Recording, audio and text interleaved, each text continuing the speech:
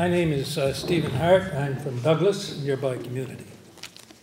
I have a few questions. I don't want to lose my notes here. But, my first question would be, is that we've been told by geologists that the gas that's in the ground has been there for 300 million years. Am I correct? Have you heard those figures? 300 million years. Okay. Is the gas going anywhere? So honestly, and I'm being serious, why the hurry? Yeah. What's the hurry? Let me read to you, and I won't read the whole book, but I will read to you a very brief paragraph from a very famous, world-famous economist, Dr. Jeffrey Sachs, professor at Harvard University in the United States. And I will just read a short paragraph. Sorry, I'd just like to see the book. Okay, Jeffrey Sachs. It's called The Price of Civilization. You should get it, really, because... Okay. And this is my concern. And I speak for my grandchildren. I really do. I honestly do.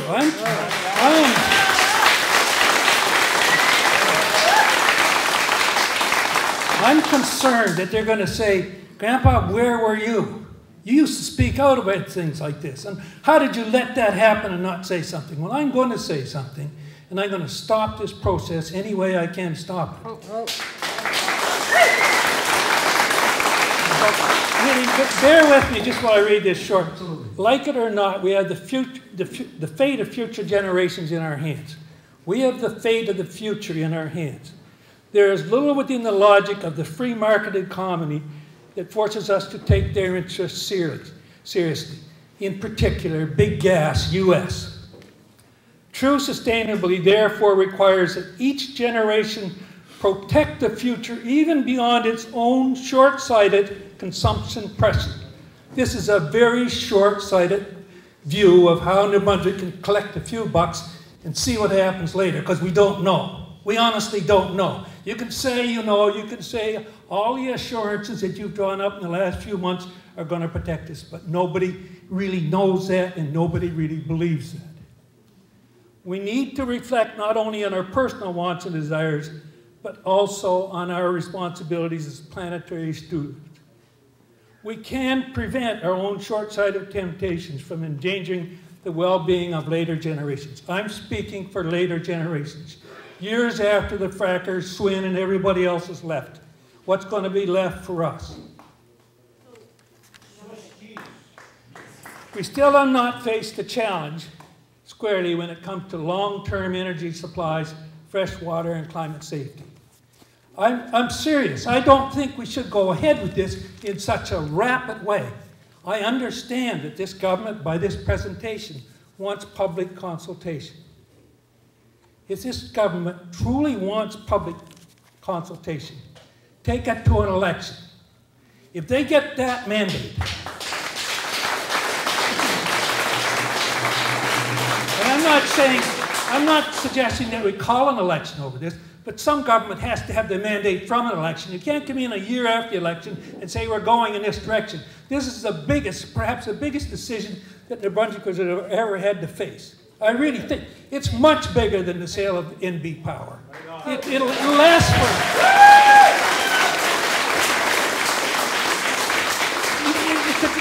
It could last forever. And no one has assured me, scientists, technologists, or anybody else, that they can protect our water in a way that I'd say, go ahead and do it. If you want it, get it, take it to the electorate, let people vote in the next election, say you're going to do it, and if you get into power and the people in the budget say you can go ahead with it, go ahead with it. But for now, stop.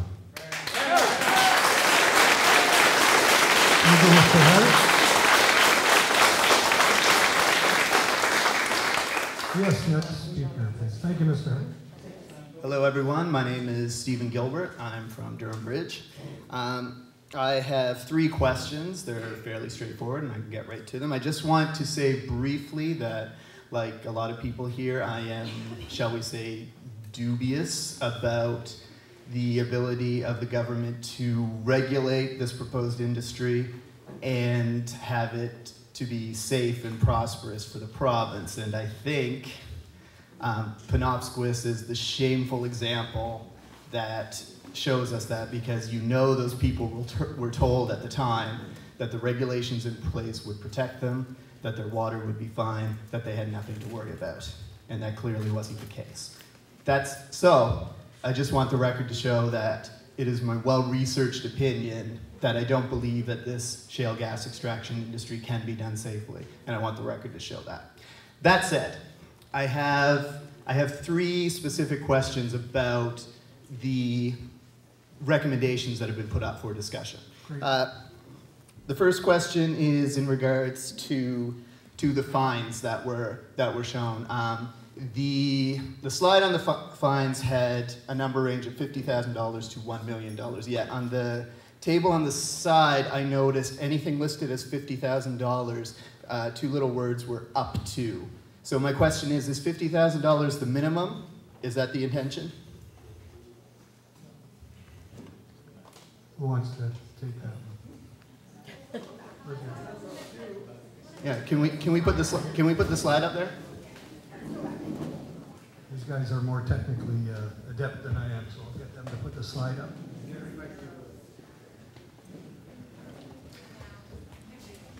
So if you look under proposed penalty, under the $50,000 fine, save for failure to register an address, it says up to $50,000. So my question is, the range on the left suggests that $50,000 is the minimum for the new proposed fines, yet the table on the right suggests that there is an undisclosed minimum. So my question is, what is the intended minimum with these recommendations? At first, I'd like to say good point. We should change the fine. The up to amount was, and we did the research trying to find out what the administrative penalties were or fines were in other jurisdictions. We were told that you have to justify what the particular penalty would mean. For an example, if a company went into and violated the rules to save, let's say $100,000 to pull a number out of the air, then the penalty would be the $100,000 plus a punitive penalty, which would take you up to a maximum of $500,000. And that punitive penalty could be in the range between the $100,000 and the $500,000 in that case. And it has to be justifiable, because when the penalty is issued, it then becomes, if they don't pay, it becomes as if it's a court order, and it has to be, and then it can be pursued under the courts, as an order. So the reason for up to is just trying to come up with a justification for what the penalty should be. The idea behind penalties is to encourage, obviously, companies to follow the rules. So we wanted to have a fairly substantial penalty as compared to what the current fine system is. Okay. With respect, I don't feel that answered the question. I feel the question is somewhat straightforward.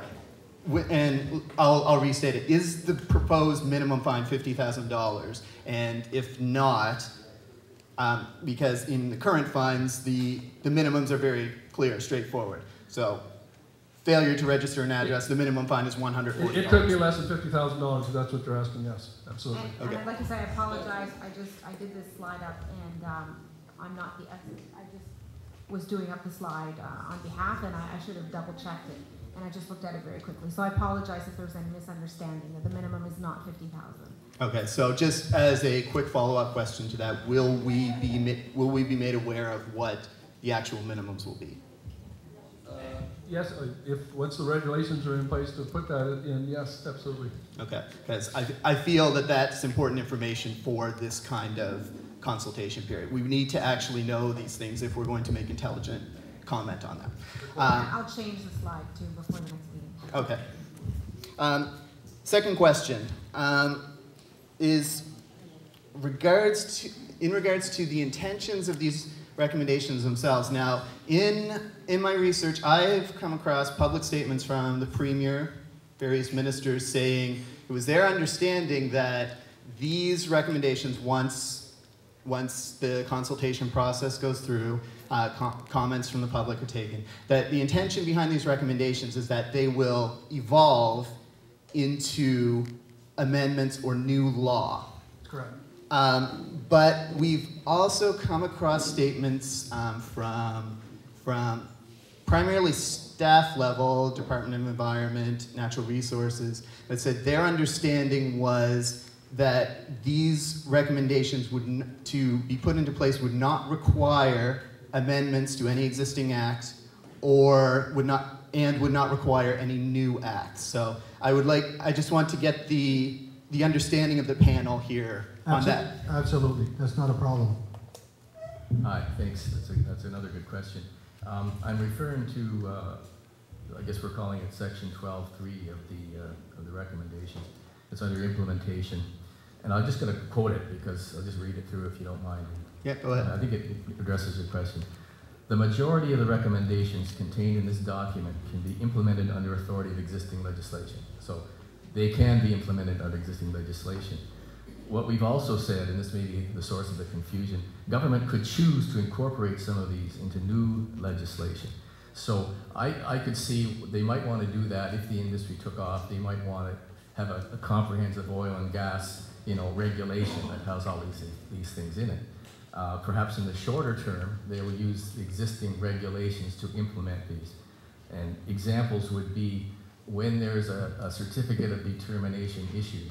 In other words, they get approval under the EI regulation. There's an actual certificate, and then there's a sheet of requirements that are tacked on.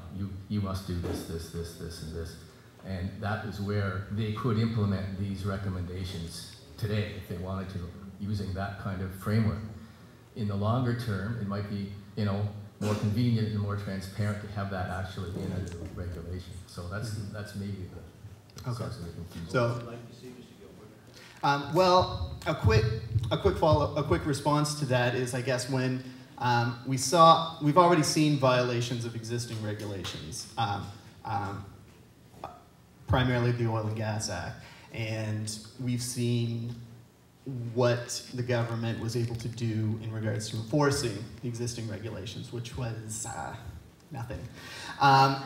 So my concern is because what came from the government and from the RCMP when various companies violated the exploration regulations currently contained in the Oil and Gas Act was that because the act itself does not stipulate enforcement or penalties, there was nothing that could be done. So my concern in hearing your answer that amendments to the acts will not necessarily have to take place causes concern for me, and I'm sure a lot of other people, that the same issues will come up, and the government honestly seemed caught by surprise by this, and I certainly was too. So what I don't want to see is exactly that situation, sir. Government has committed to further working on a provincial water strategy and a comprehensive water strategy for the province, not only in issues pertaining to shale gas and natural gas exploration. And it is my expectation that clarification on the classification, water classification, will be forthcoming.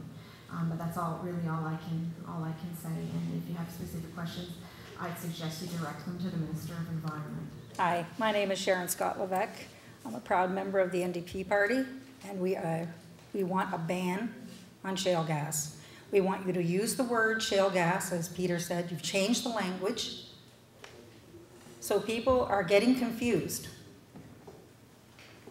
Now, I want to know why Mr. Allward before was against it, and then in the election, he wins the election, and then he goes back and changes his mind. Yes. Is that not true? I believe it. He spoke to Sean Graham and said that this was not the right thing to do. It's too dangerous. And now it's okay. It's okay to put us at risk. It's not okay with the people. And I think the government works for the people, not the other way around. We pay your salaries. We're paying for everything that you are doing. And it's time that we're listened to. I live in Durham. I have a business here with my husband. And I look outside my door, my front, and there's a beautiful pond there. I come through Peniac, there's a spring that people stop every day and get fresh water. This is not a silver bullet for the government to make some quick bucks. The people have spoken. And I don't know where you did that poll, but I mean, the poll was, obviously it was a little off kilter. There are many people, and maybe we're not all here today, but there's many people who may not protest, but they protest at home, and they protest in their hearts. And this is not the right thing to do from the government. The government must start to listen. And we're not in Arkansas. You can't come and give the school some money and expect us to bow down to you. You can't do that. We're not stupid. I have only lived in this area for 3 years, almost 4. And I have met some of the smartest, intelligent people in this area and with this protest. They know what they're talking about. They have researched it. So you can spin the tale, you can spin this all the way you want to, but they are not going to be fooled. Why are other countries banning this? And we think we're going to be smarter? We're going to be smarter than them?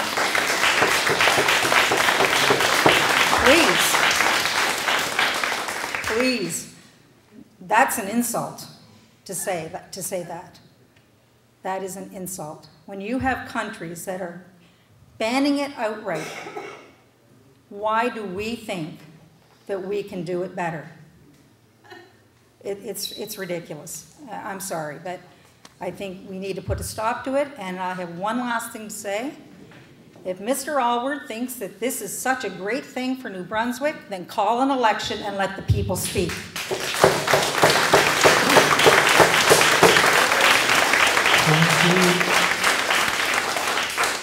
My name is Judy Akron-McSofsky. I come from Stunsisk, which is also known as St. Mary's in Fredericton, New Brunswick, St. Mary's First Nation.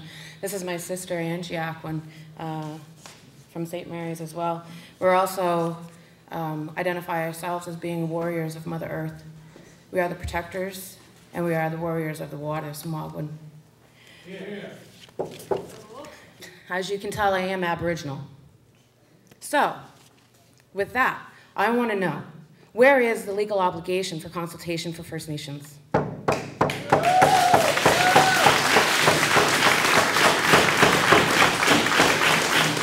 Who is responsible for the consultation of First Nations? SWIN says that the government is responsible. The government officials have said that SWIN is responsible. I want to know. Now, I do know that there have been meetings and whatnot with AFN and different chief associations and whatnot. I know my chief, Chief Candace Paul, phenomenal woman. If you haven't met her, try to do it, because you know what? She will lead you in the right way, and she's a woman to trust. That's what it is. It's trust. And I guarantee you, she does not want shale gas to happen. You know what? Do you want to know where you are, where you're sitting right now? You're not only sitting in Durham Bridge. You're sitting in Maliseet territory. That's where you are. There is a legal obligation that you have to follow, not only to the First Nations people. Those treaties weren't signed by just the First Nations people. They were signed by you. They were signed by your ancestors. Are you going to ruin that?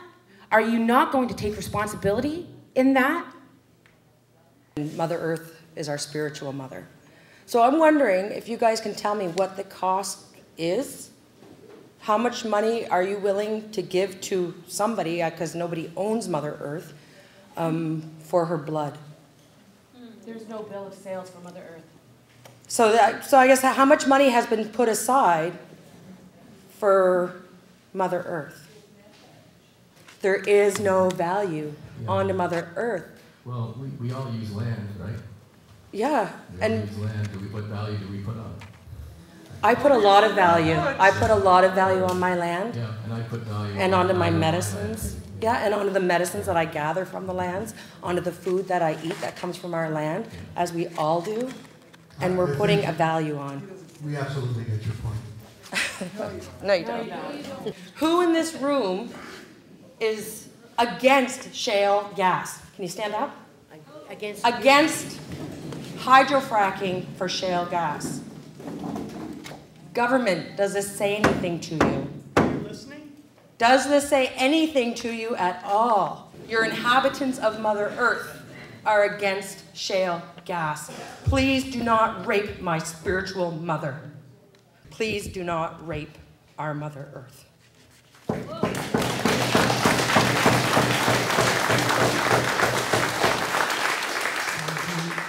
you for those comments, Mr. Hood. Yes, from Fredericton. I'm going to read from the press release. The title of the press release is Citizen Engagement Tour for New Oil and Natural Gas Standards. First of all, we should be talking about shale gas, not oil and natural gas, because that's not what we're doing here. Okay? I don't see you talking at all about oil and gas. We're talking about shale. We're talking about that process, so let's be clear. It was said before, let's call a spade a spade. Now I'm going to read what Bruce Northrup said. These 8 public meetings will provide an opportunity for an in-depth discussion about the new measures we are proposing to ensure any expansion of the oil and natural gas industry, in commas, I'm going to put shale gas, is done safely and to the maximum benefit of New Brunswickers. Okay, I will pause on the comment maximum benefit of New Brunswickers, okay? And I also think it should have been maximum benefit of all New Brunswickers. About 70 to 90% of New Brunswickers won't have an easy opportunity to go to one of these meetings, okay? Because of the way they're spread out in rural locations. It's awesome that they're in rural locations. They need to be in rural locations, but they do need to be in city centers as well, okay? I brought that point up in Shipman. It needs to be repeated. It also talks about an in-depth discussion, and I'm a little frustrated from talking to the experts who have come here, how many answers they don't have, okay? You're the experts. We hire you, we pay your bills. We don't expect to hear you say, oh, I don't know, I haven't thought about that, okay? We expect you to think of everything, because as a citizen, I'm not going to think of everything. That's your job. You are here to protect us, okay? You are not here to do what big business says, okay? I'm not a big fan of big industry. I really think communities should be involved in a way that it's community developed. And if you can't do fracking through community development, then you shouldn't do it at all. Okay, that's my first point. My second point, which I repeated before, these are all the documents that I can find anywhere on the New Brunswick website to do with the economics of and the business case of shale gas in New Brunswick. 4 pieces of paper, okay? I don't think that's good enough, okay? There's a list of things. Where did I put it? I do need that back, because my list is on the back. Okay. Yeah, I have that. Again, I will repeat this because these are the things, these pieces of paper only talk about positives. As we all know in life, everything is a balanced case. There's positives and there's negatives. Even in your slideshows, I've noticed you only have nice, pretty green pictures of the fracking industry. I can get you way more pictures of dirty ponds and polluted rivers and lots of not so pretty pictures. So my impression is the government has made up its mind, it's painting a pretty picture, and it doesn't really want to show the bad sides of this, because that's what I'm seeing, okay? I'm just telling you as I see it. Okay, so the things that I think need to be considered, and if anybody thinks of anything else, please throw it in there. Okay, here's some of the things that need to be considered in the economic business case for shale gas in New Brunswick. Property depreciation, health costs, effects on tourism, agriculture, hunting and fishing, and forestry, additional road costs, EMO procedures, emergency responders, carbon taxes, which are coming, might not come right away, but they will be coming, increased crime and policing, and social development costs. Those are all things that I thought of not being paid in the last week. And that's one thing I'd like to do, is thank all the volunteers across this province that are actually doing the research that the government is not doing.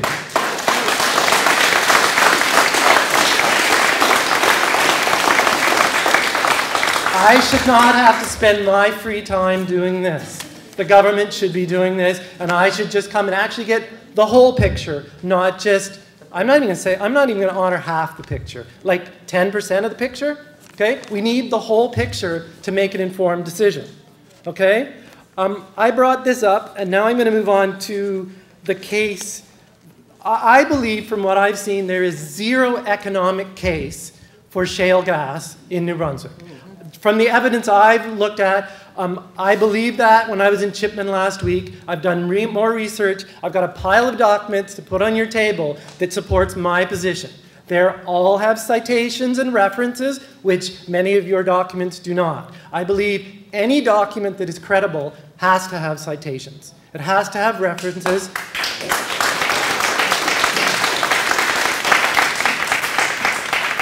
I'm assuming everybody has a university education that is on your panel. Every university paper that I wrote had to have proper citations, so you should have learned that in university, so please do it when you're engaging with the public, okay? Now I'll get into a quick synopsis of the economic case. First of all, if you look at what they're doing in the States, they're actually doing some really progressive things with their Clean Energy and Clean Jobs Act.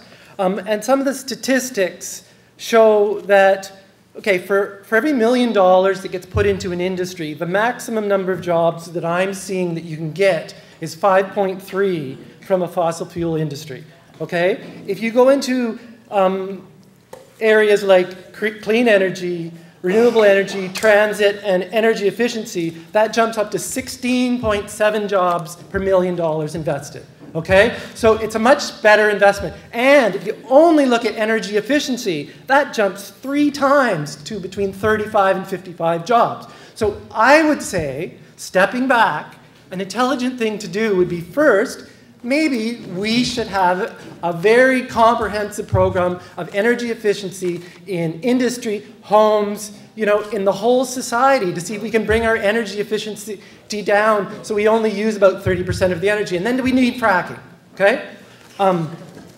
So to back that up, first of all, I'm going to tell you what one of the most progressive and richest countries in the world is doing. Germany, this is their report. This is the English synopsis of the 200-page report, and the 200-page report is for the public consumption. I'll leave it with you. And here's the title of the report, 2050, 100%. Energy target 2050, 100% renewable energy electricity supply. Okay? About 3 weeks ago, Germany produced 50% of its energy from renewable energy. In a boom-bust economy, we have a whole bunch of negative situations. Some people get rich, some people get poor, and at the end of it, we have nothing. With renewable energy, we have an ongoing thing that we can give to our children and their grandchildren. Okay? It's another approach. I think we need to go down that path. These are all documents on renewable energy that were done in New Brunswick for New Brunswickers that have been shelved. Okay? We need to come back and look at some of these very progressive documents. Again, they all have references and citations. They're all done in a scientific manner. We need to look at some of this research that is in front of us and not just say, oh, Alberta looks great, but is it that great? Have any of you visited Fort McMurray? Okay? Okay, well, do we want that here? I know our current federal government doesn't have a great esteem for Greenpeace, but they do have references, and they do back it up with science, and they do put it all down so we can read it. And I'm going to read a bit from this. I don't want to take too much more of the time, but first of all, this is a survey of Alberta. 56% felt that citizens are not receiving a fair share of the wealth being generated by developing the province's oil sands. Okay? In 2006, homelessness in Edmonton increased by 19%, while Calgary has seen a 458% growth in the number of homeless people since 1996. Do we want that here in New Brunswick? In 1 decade, the price of a single-family home in Fort McMurray rose from $174,000 to more than $800,000, twice the average price of a home in Canada. Rents have skyrocketed. Some workers pay $700 a month just for a cot in a walk-in closet. Some tradespeople will wrap insulation around their vehicles and camp out in negative 40-degree weather. Wages for many low-income residents have not increased to meet increased costs. The negative socioeconomic effects of rapid growth include alterations to the traditional way of life, negative impacts on traditional lands, drug and alcohol abuse, and increased dependence on non-profit social service providers. All those things have to be considered in the costs. Thank you.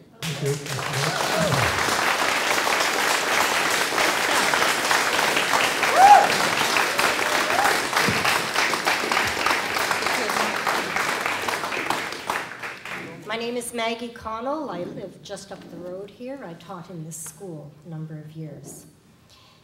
I just want to clear up. I think there's some misunderstanding here from the panel.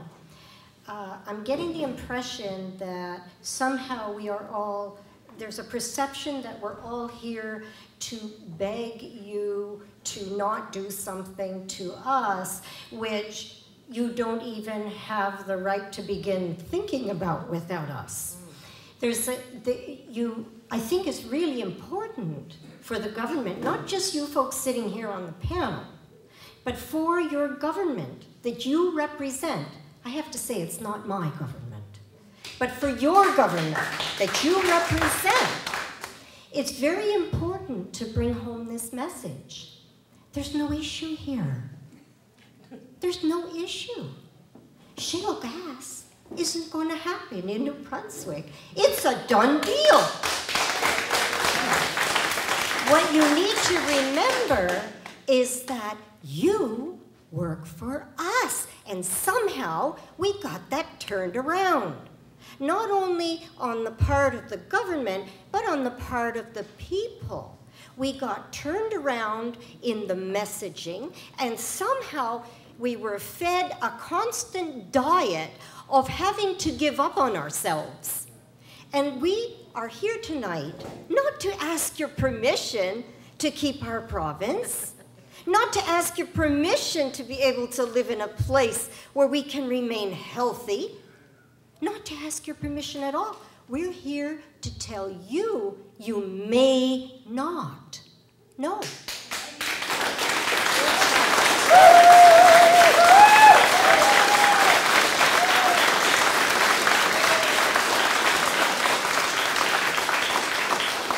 Thank you very much. Sir? That was the wrong person to follow. My name's Paul McLaughlin. I live in Marysville. I'm the, for what it's worth, I'm the president of the National Watershed Association. And I made a promise to myself not to sit down and let everybody else carry the weight. So I don't have anything brilliant to say. I'm not a researcher.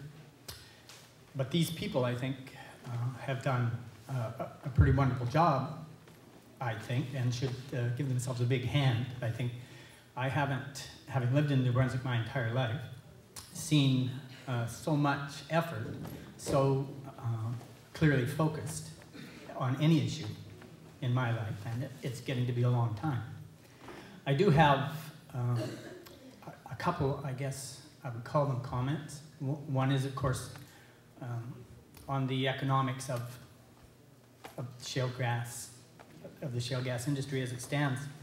I checked before I left, and shale gas is currently worth something like $2.26 per whatever. I mentioned I'm not a scientist. That'll come up a couple of times, but so if it wasn't gas we were talking about, if this was beans that we were talking about, if I had inherited 1 billion pounds of beans, and those beans were perfectly preserved, and a person from the United States came to me and said, you know what, I think I can sell these beans for you. Now you're just going to have to give me water to whatever, clean them with, and I'll need a road to get them out of here. But then I'm going to take them to the States or somewhere else in the world and sell these beans. I would be looking at the market for beans, and I would say, it looks to me like there are a hell of a lot of beans in the market you're going to.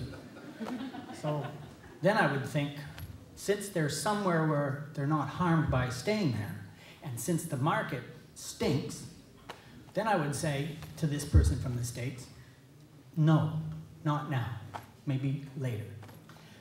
So that's the economic case as I see it. It's full of beans. Now then, the next thing I wanted to talk about was the issue of water. Water is at the root of all human activity. We die without it. There's little bottles over there somebody brought in, and I think they're worth, let's say, 70 cents for whatever's in them, 500 milliliters or 350 or whatever it is. So I think we could tell the people that right now that are fracking for gas, say, frack your nuts off, but pay us 79 cents for 350 milliliters of it, and add that to your business case.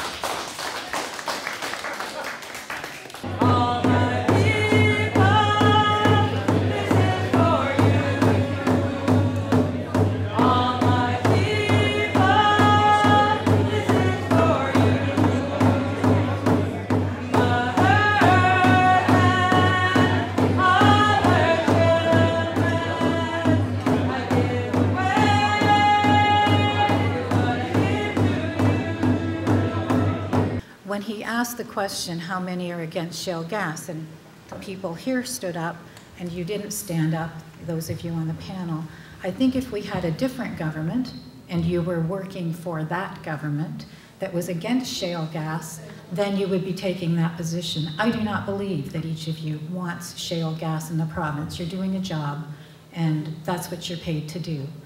I don't believe that you are not smart enough to think this through. I feel badly that we have to have politicians who, and industry who say this is the position you have to take. And we already know there's many civil servants who don't voice their opinion on shale gas because of fear of loss of jobs.